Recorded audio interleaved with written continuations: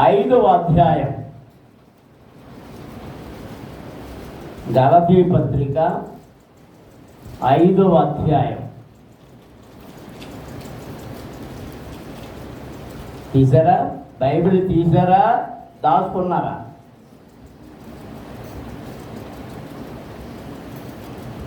మా చిన్నప్పుడు పాము నాటించేవాడు చూడు, అర్థం 2 బొట్టలో 3 బొట్టలో ఉండేది. అది ఏం చేసేవాడంటే ఓ బొట్ట చేసి అలా ఎత్తి అలా చూపించి మళ్ళీ వేసేవాడు. అందులో ఏముంటుంది? కలవా? పాము. అలాగే బైబిల్ బొట్టలో పెట్టినట్టు పెట్టకండి, బొట్టలో పామును బొట్టలో పెట్టినాడు. బైబిల్ బయటికి బయట తీసి జాగ్రత్తగా వాక్యాన్ని వినండి. మొదటి వచనం చదువు, 5వ అధ్యాయం మొదటి వచనం చదువుదాం. ఈ స్వాతంత్ర్యము అనుగ్రహించి క్రీస్తు మనలను స్వతంత్రులుగా చేసి ఉన్నాడు.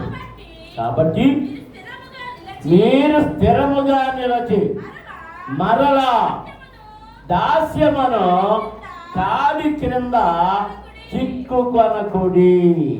దేవునికి స్తోత్రం. హల్లెలూయా, హల్లెలూయా. మళ్ళీ చదువుదాం.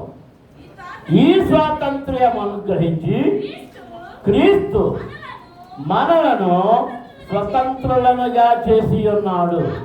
కాబట్టి మీరు స్థిరముగా నిలిచి మరలా దాస్యమనే కాలి క్రింద చిక్కుకొనకూడి. దేవునికి స్తోత్రం. కళ్ళు మూసుకోనండి.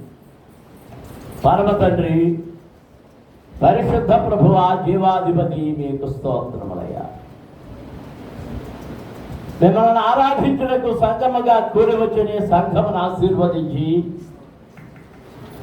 నీ బిడ్డలకు కావలసిన నీ దివ్యమైన వర్తమానాన్ని నా నోటి నుండి నీ బిడ్డలకు అందించండి. నా నాలుకను సడలింప చేయండి, నా జ్ఞానాన్ని మరుగుపరచండి, నా ఉద్దేశములు మరుగుపరచండి, నా దేహాన్ని ముట్టండి. మీ శిలువ చేత మాకు విడుదల దయచేసిన దేవా, ఈరోజు ఆ స్వతంత్రతను గురించి, దాస్యమును గురించి మీరు మాతో స్పష్టంగా విపులంగా నేర్పి ఆ దాస్యపు కాలి క్రింద నుండి మమ్మల్ని బయటకు తీయమని వినికిడిల ప్రతి ఒక్కరిని ఆశీర్వదించమని యేసు నామమున అడుగుచున్నాము తండ్రి, ఆమేన్. దేవునికి స్తోత్రం. అందరం స్తోత్రం చెల్లించుదాం. హల్లెలూయా, హల్లెలూయా. నేను విస్తరించి మాట్లాడను, క్లుప్తంగానే కొన్ని రెఫరెన్స్ చెప్పకపోయినా పొడి మాటలతో చెప్తూ ముందుకు సాగాలని తలస్తూ ఉన్నాను. మనం ఒకప్పుడు దేనిలో ఉన్నామట? దాస్యపు కాడి క్రింద. దేంట్లో ఉన్నాం? దాస్యము. దాస్యపు కాడి అంటే బరువు మొయ్యాలి. దాస్యపు కాడి. ఒక ఎద్దు ఉందంటే మనకు దాసత్వం చేస్తుంది. ఆ ఎద్దు ఎన్ని రకాలుగా వాడుతున్నాం? దానికి కాడి పెడుతున్నారు. దున్నడానికి ఆ కాడి,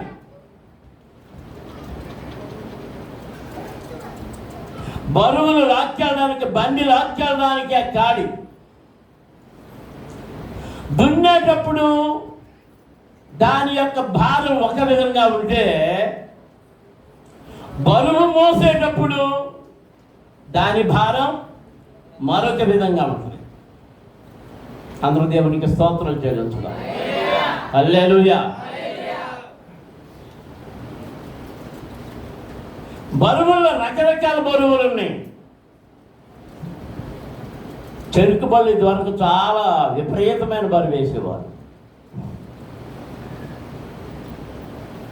మా చిన్నప్పుడు ఇసుక తేవాలన్నా రాళ్ళు తేవాలన్నా ఎట్ల పోలే, రెండెట్లు తోడెట్లు లాగే బండి చాడి వేరు, ఒంటెత్తు బండి చాడి వేరు. ఆ ఒంటెత్తు బండి అది ఒక్కటి లాగవలసిందే. జోడెత్తుల బండికి రెండవ ఎత్తు సహాయంగా ఉంటుంది. రెండు కలిపి లాగితే కనుక బరువెత్తు లాగుతుంది. నూర్చేటప్పుడు కూడా ఈ ఎత్తు పనిచేస్తాయి.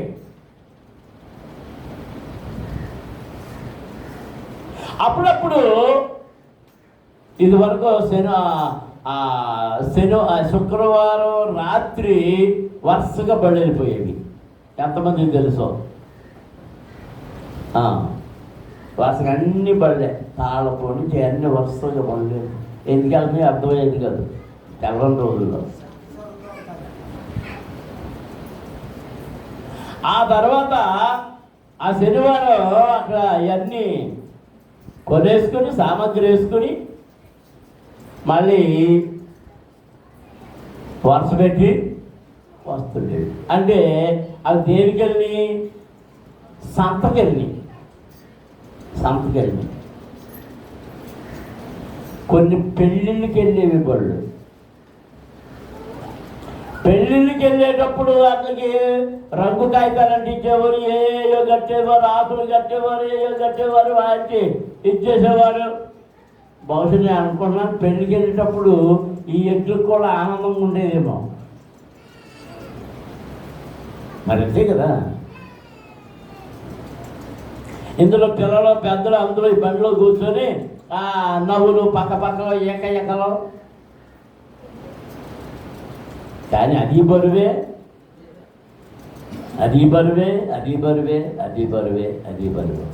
ఎందుచేత ఈ ఎద్దు ఎక్కడుంది? దాసత్వపు కాడి కింద ఉంది.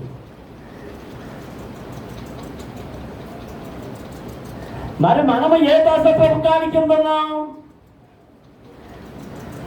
పాపము అనే దాసత్వపు కాడి కింద ఉన్నాం. తిమ్మతి పత్రిక చూడండి, తిమ్మతికి వ్రాసిన మొదటి పత్రిక 6వ అధ్యాయం 1వ వచనం.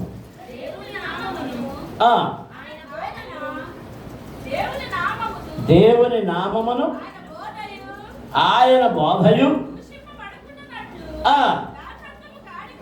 బోధయు దూషింపబడకుండానట్లు దాసత్వమును కాడి క్రింద ఉన్న వారందరూ తమ యజమానులు పూర్ణమైన ఘనతకు పాత్రులని ఎంచవలెను.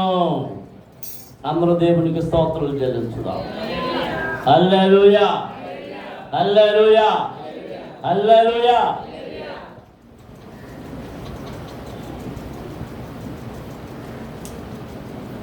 దాసత్వం అనే కాదు.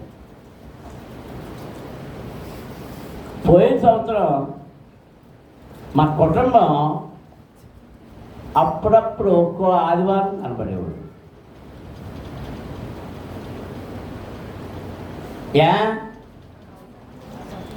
ఏ కాడ ఎత్తుకున్నాడా? కడవ కాదు, కాడి.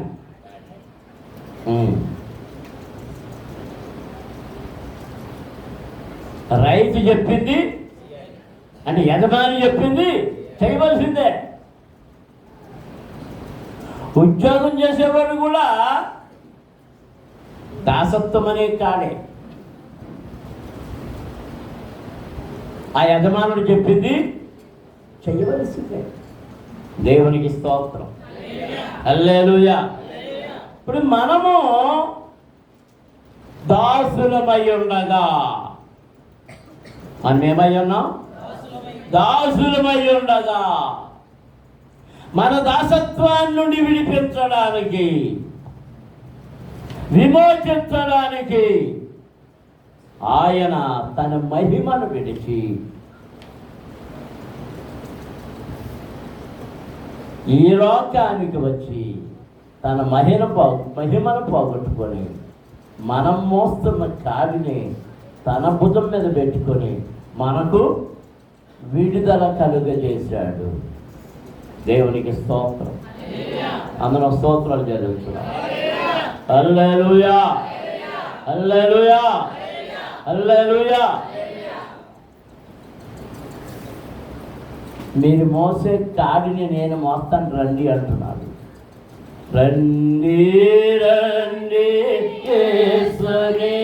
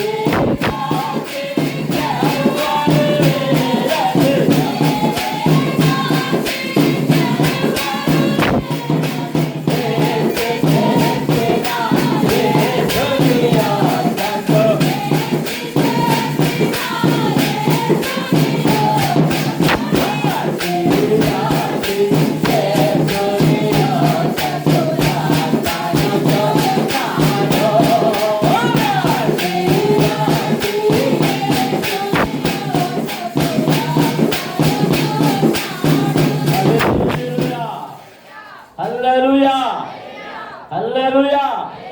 హల్లెలూయా. దేవుని పిల్లలారా, అనేక సార్లు అనేక రకాలుగా దేవుని వాక్యాన్ని మీరు వింటూ ఉన్నారు, కానీ వాటిని రకరకాలుగా సంపూర్ణమైన అర్థాన్ని మన హృదయాన్ని తాకడం లేదు. ఒకసారి ఆదికాండం 17వ అధ్యాయం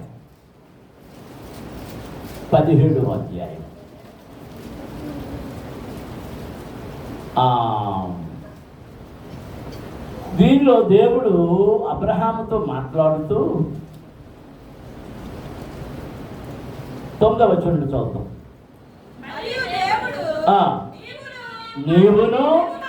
నీవు మాత్రమే గాక నీ తరువాత వారి తరములలో నీ సంతతియు నా నిబంధనను గైకొనవలెను. నాకును నీకును నీ తరువాత నీ సంతతికి మధ్య మీరు గైకొనవలసిన నా నిబంధన ఏదనగా, మీలో ప్రతి మగవాడును సున్నతి పొందవలెను.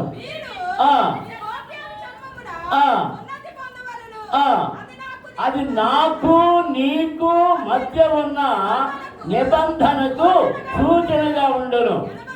8 దినముల వయసు గలవాడు, అనగా నీ ఎంత పుట్టినవాడైనను నీ సంతానము కాని అన్యుని యొద్ద వెండితో కొనబడిన వాడైనను మీ తరములలో ప్రతి మగవాడు మీలో సున్నతి పొందవలెను.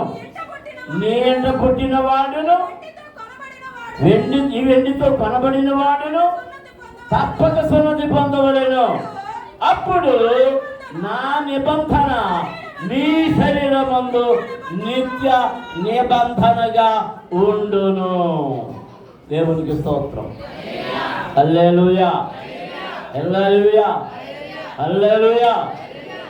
అబ్రహాముతో దేవుడు చేసిన ఆజ్ఞాపూర్వకమైన నిబంధన. నీ ఇంట పుట్టే ప్రతి మగ పిల్లవాడు, తర్వాత ఏమనుందో తెలుసా, వెండితో కొనబడిన వాడు. వెండితో ఎవరు కొనబడతారు? పనివారు కొనబడతారు. వెండితో కొనబడిన వాడును.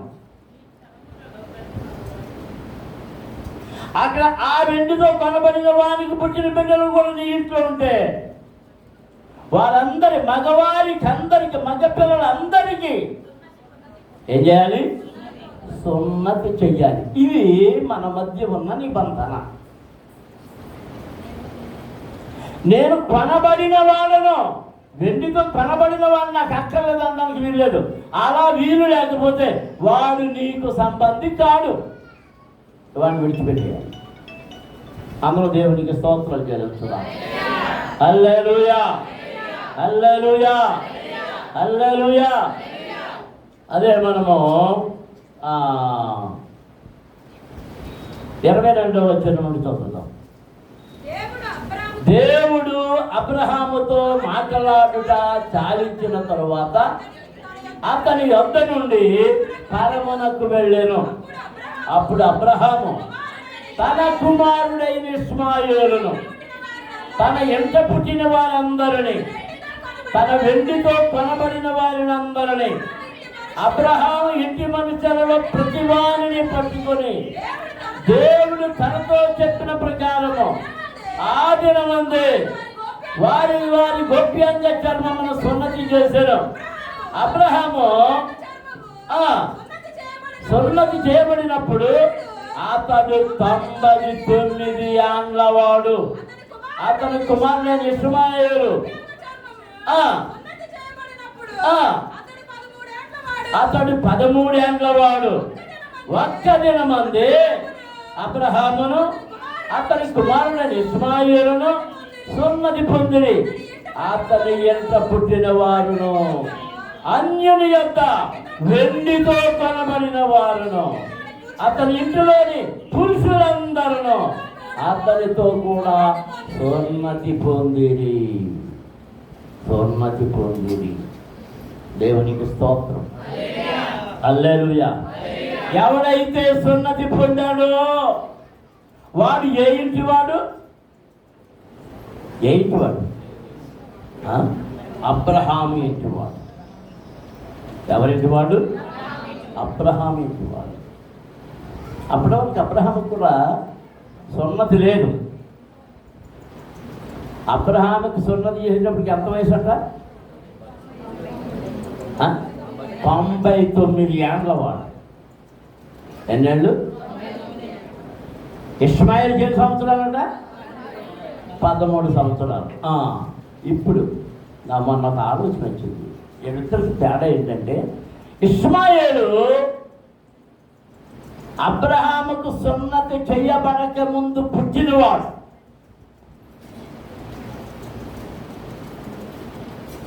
అది దాసిపుత్రుడే. అయితే ఇస్సాకు ఎప్పుడు పుట్టాడు?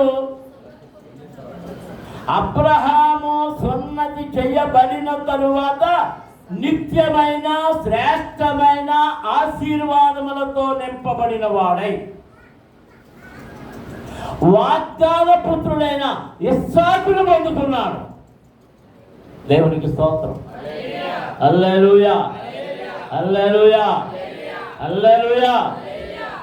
ఇష్మాయేలు వలనే అబ్రహాము కుటుంబానికి వేదన కలిగింది, కానీ ఇస్సాకు వలన ఎలాంటి వేదన లేదు.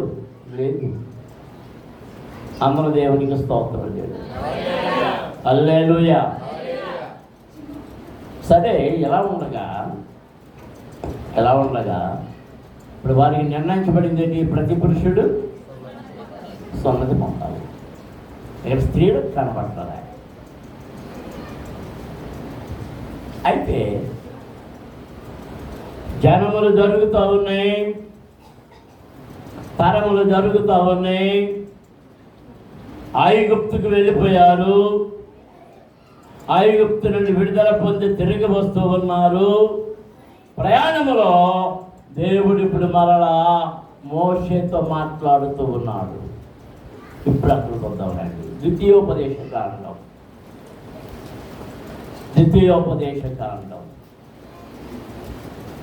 15వ అధ్యాయం 12వ వచనం నుండి చదువుదాం.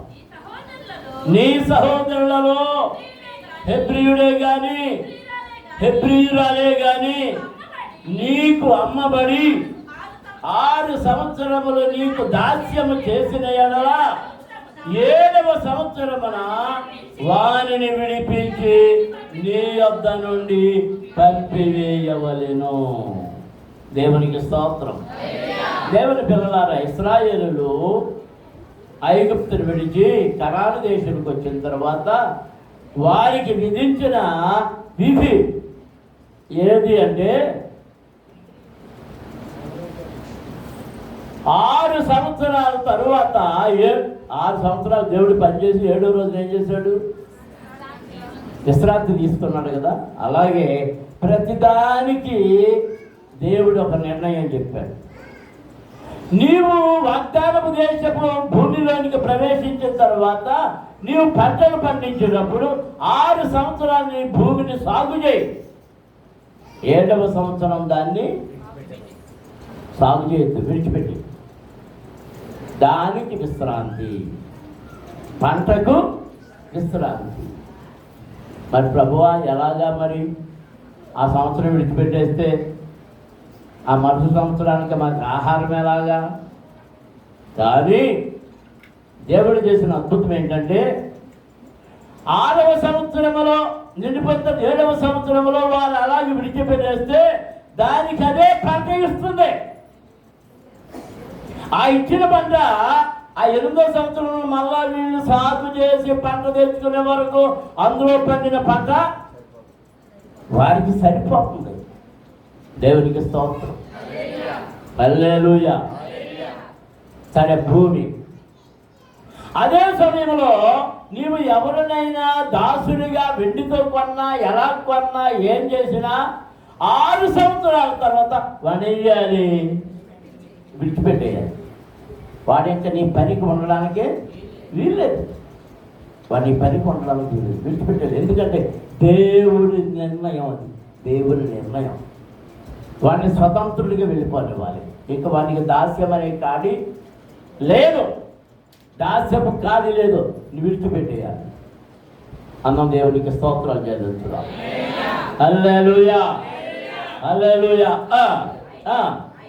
అయితే వారిని విడిపించి నీ యొద్ద నుండి పంపివేసినప్పుడు నీవు వట్టి చేతులతో వారిని పంపివేయకూడదు. ఖాళీగా పంపకూడదంట. సరే మానేసాం, అమ్మాయి పో, తెరిపోయి ఫ్రీడమ్ ఇచ్చేసాం పో అనకూడదంట. ఏం చేయాలంట?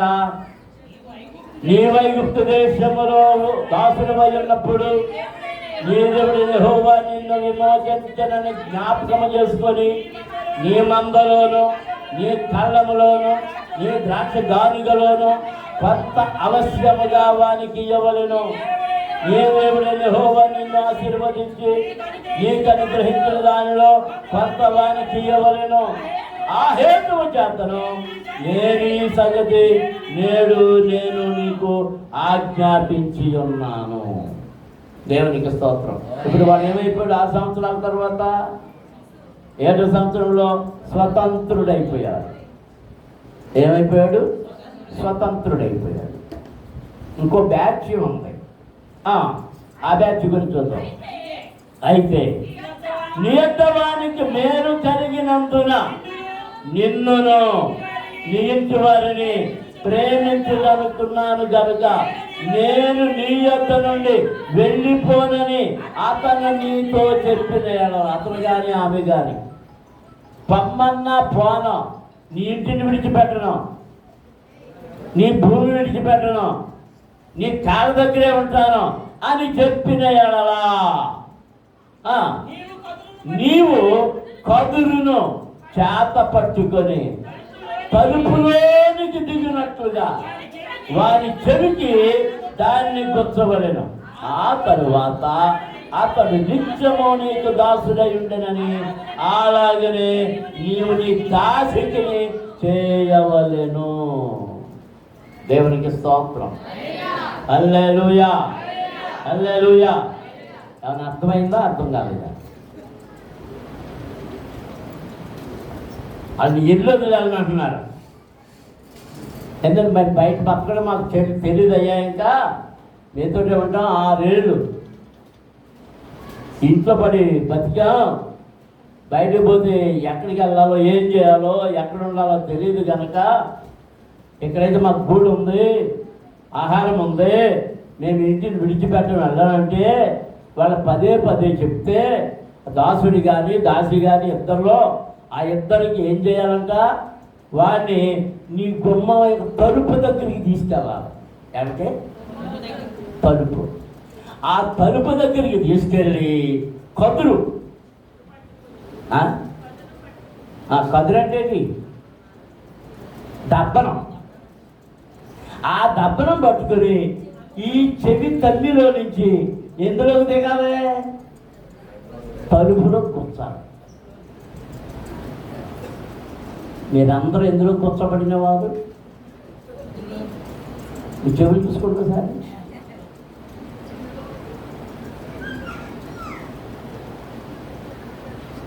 అది బొర్రు ఉందంటే అంటే రాజుగారు, ఈ బొర్రు ఉందంటే అది ఎవరని?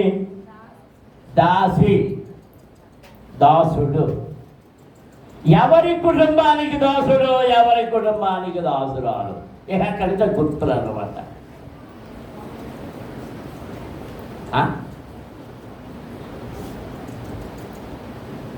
ఓ ప్యాషన్గా వెళ్ళి మళ్ళీ పండగ చేసుకుని మరి పుట్టించుకుంటున్నాను. మా పాఠ్యాంశం ఓకే.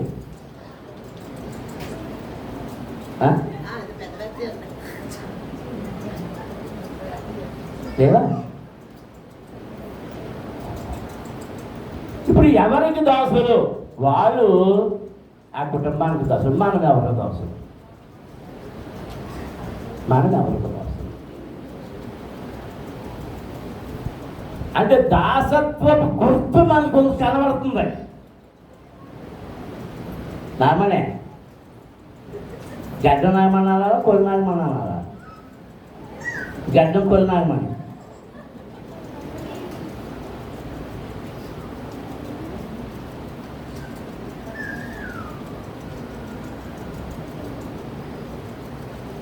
దేంట్లో కూర్చోాలంటే కదురు. ఆ తలుపు చక్కగా గుంచుకోవాలి. అంటే దగ్గర చేయాలన్నమాట. మీరును దిగగొట్టబడి తిరిగి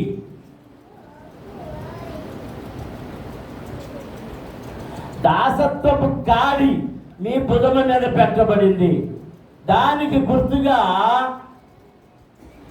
ఈ చెవి రంధ్రాలు కనబడుతూనే ఉన్నాయి. అదే మీకు సాక్ష్యం. పాపమునకు దాసులని, లోకమునకు దాసులని, ఈ లోక ఇష్టలకు దాసులని, ఈ లోక ఇష్టానికి దాసులని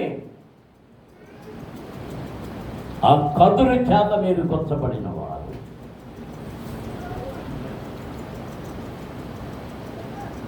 ఇప్పుడు ఆ ఇంటి ఇష్టమే వారి ఇష్టం.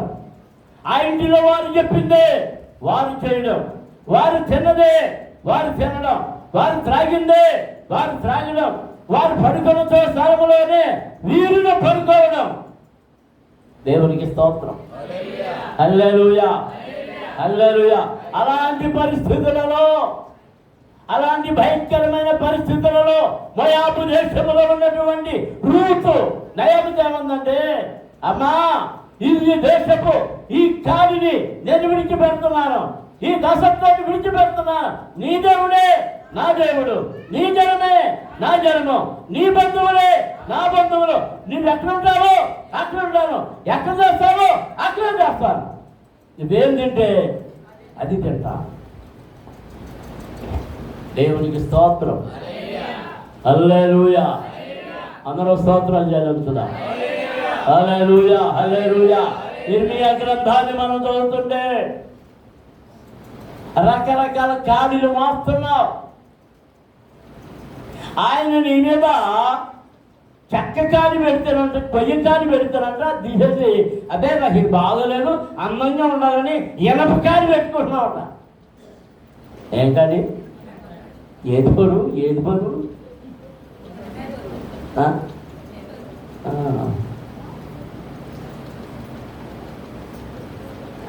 దేవునికి స్తోత్రం.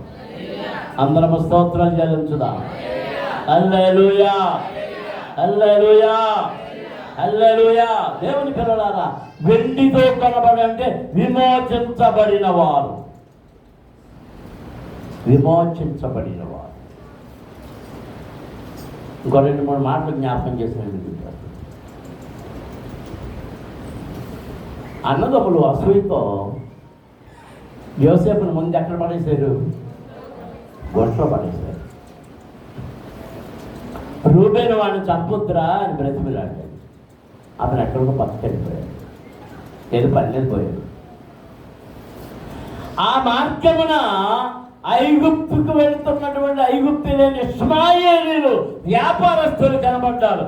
వాళ్ళని ఆపి అడిగారు, మా దగ్గర పనోడు ఉన్నాడు, కొంటావా అని. సరే కొంటామన్నారు. యోసేపు ఎన్ని తులాల వెండికి అమ్మబడ్డాడు చెప్పగలరా? 20 తులములకు అమ్మబడ్డాడు.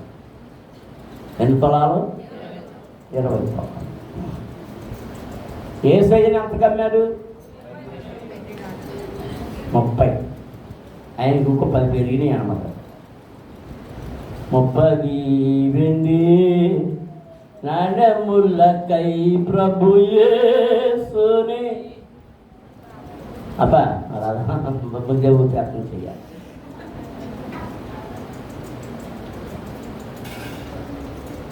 ముప్పై వెండి నాణ్యం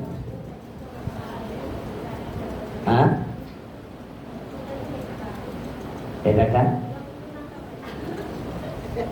ఎక్కడైతే రాదా, జమ్మేళ్ళు అయితే వస్తా.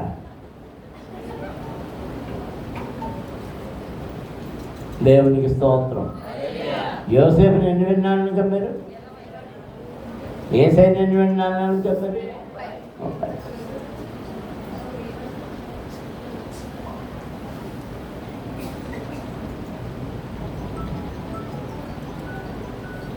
పనివారు వెండి చేత కొనబడిన వారు, అంటే విడిపించబడిన వారు. వెండి విమోచన, విడుదలకు సాదృశ్యంగా కనబడుతుంది. నువ్వు దేంతో కనబడ్డావు చెప్పు? నువ్వు దేంతో కనబడ్డావు? వెండితోట, బంగారంతోట?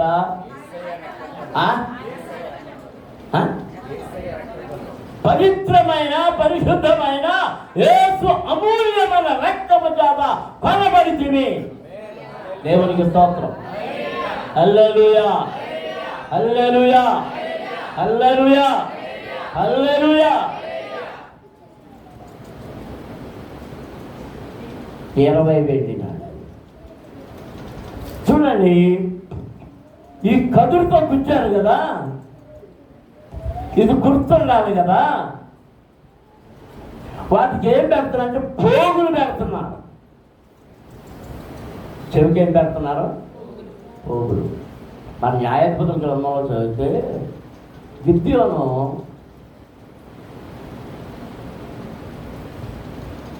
పోగులు తెండి అన్నాడు. ఇష్మాయేలీలు పోగులు తెచ్చారండి. అక్కడ ఏం రాబడితే వారు ఇష్మాయేలీలు కనుక వారికి పోగులు ఉండేను, వారికి పోగులు ఉండే. అప్పుడు గిద్యోను ఏం చేశాడట? ఆ పోగులు తీసుకొని, ఆ బంగారు పోగులు, వెండి పోగులు అన్నీ తీసుకొని వాటితో ఒక ఏఫోదు తయారు చేయించుకొని, ఏఫోదు తయారు చేయించుకొని దాన్ని అక్కడ పెట్టి దాన్ని పూజించడం మొదలుపెట్టాడు. దేవునికి విరోధమైన కార్యం. ఎక్కడి నుంచి వచ్చింది దేవునికి విరోధమైన కార్యం? మోషే సీనాయి కొండ మీద 40 దినాలు ప్రభు దగ్గర ఉండిపోయి ప్రభుత్వం మాట్లాడుతూ కూర్చుని ఉంటే కొన్ని రోజులైన తర్వాత పెద్దలందరూ వెళ్ళి మోషే గారు ఏమైపోయి మనకు తెలవదు గనక మరి మనకు దేవుడు కావాలి అని అడిగానంటే ఎవరిని? అహరోన్. అంటే అహరోన్ చెప్పిన మాట ఏమంటారంటే వాళ్ళు వచ్చి నన్ను అడిగారు, నేను మీరు మరి ఆమె తండ్రి అంటే వాళ్ళు ఏం తెచ్చారట? చెప్పుకున్న పోగులే. ఎంత ప్రమాదం చూసారా ఇవి అంటే రాజుగారు? అవి తెచ్చిస్తే వాటిని నేను అగ్నిలో పడేస్తే అదేమైపోయింది? అయిపోయి మరి నేనేం చావలే.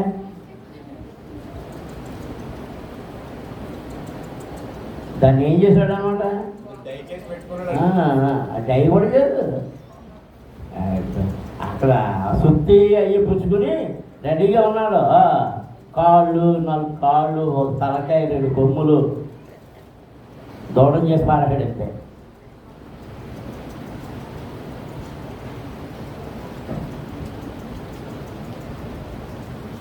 కదురు చేత గుచ్చబడింది దేనికి సాదృశ్యంగా కనబడుతుందంటే నీవు దాసుడవు, నీవు దాసివి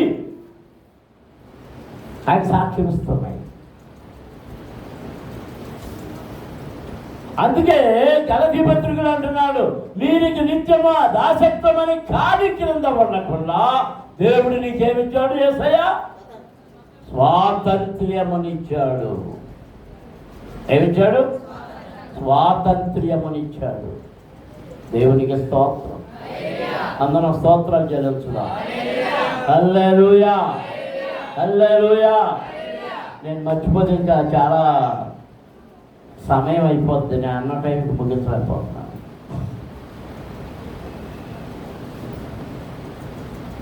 దాసత్వపు కాడి.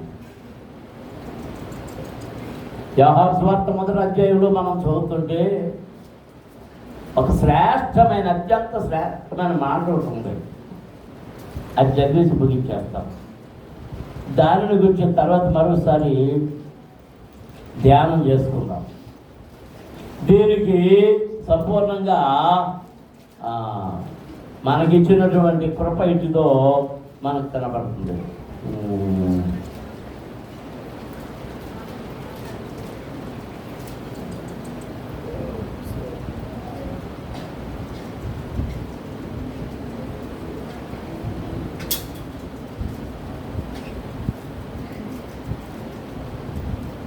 స్తోత్రం.